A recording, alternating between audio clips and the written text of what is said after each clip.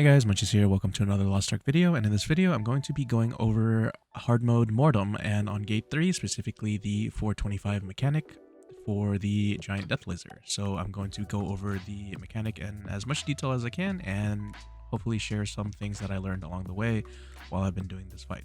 So the mechanic starts when he reaches 425, and you will get a dialogue from Balthor saying he's got a bad feeling about this one. He will start by spawning 2 giant orbs on each of his hands.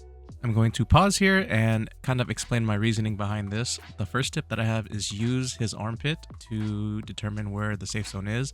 You do not want to stand in the giant death balls, because if you're in them after a specified amount of time, you will eat all the damage from it and it'll kill you. And ideally what this does is it gives you 3 quick paths to wherever you need to go if the safe spot does spawn there. In this clip, it actually spawns on the opposite side, and I will show you when we get to it. But this spot is, in my opinion, the best spot to stand when he starts this mechanic. Now, to determine where the circle is going to go, you can see it closing, and it'll close on one side of the circle way faster than the side that it's going to be on. So as you can see, mine was on the other side, and the place that I want to make it to is essentially where this red arrow is. You don't want to go all the way to the edge, and you don't want to stand like willy-nilly anywhere. You just want to be around this vicinity so you can adjust when the circle gets tighter. Now, as these balls explode, this is where you start getting a whole bunch of information to your brain. And essentially what you want to do is you have enough time to just make it in between these tiny orbs so you don't get stunned. Certain classes have it very easy to where they can just space through it if they have like a short space bar, and they can eat the orb for the group if they choose to do so. Once you get to the safe zone or the general area of it and the small yellow orbs that stun have passed, you can start adjusting your character to aim the beam towards the left side of the safe zone so that the right side of the safe zone will be safe afterwards. You don't have to be too greedy with the space. You do not have to rush this. You have plenty of time. So once you get here, you just wait for the bar to fill, and then you move to the other side to where it's safe. Once the indicator is completely full, even if you're standing on the entire opposite side of the circle, you can just right click once in the safe zone, and you will have plenty of time to make it to the safe zone before the laser goes off. A good rule of thumb to follow is always pretend the laser's on you.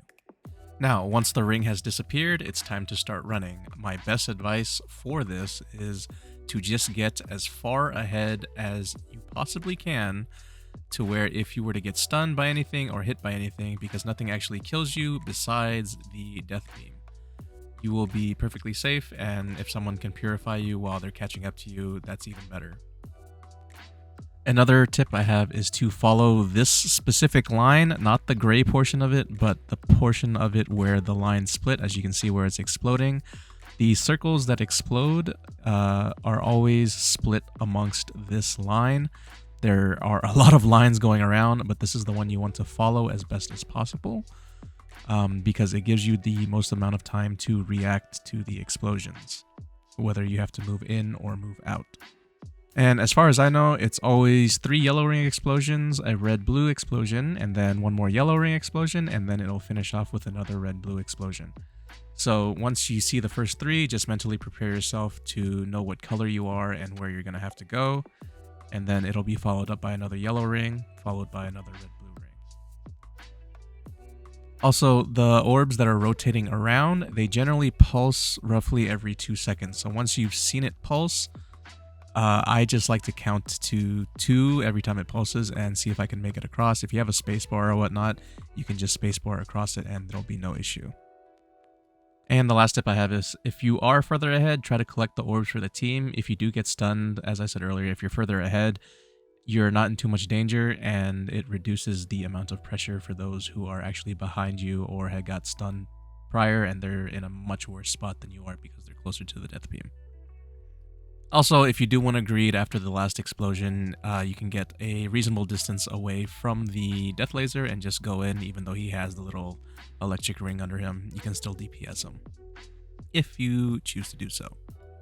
Anywho, that's all for this video. If you guys have any questions, comments, concerns, anything of that sort, feel free to leave it in the comment section below. Don't forget to like and sub on the way out, and I'll see you guys next time. Bye.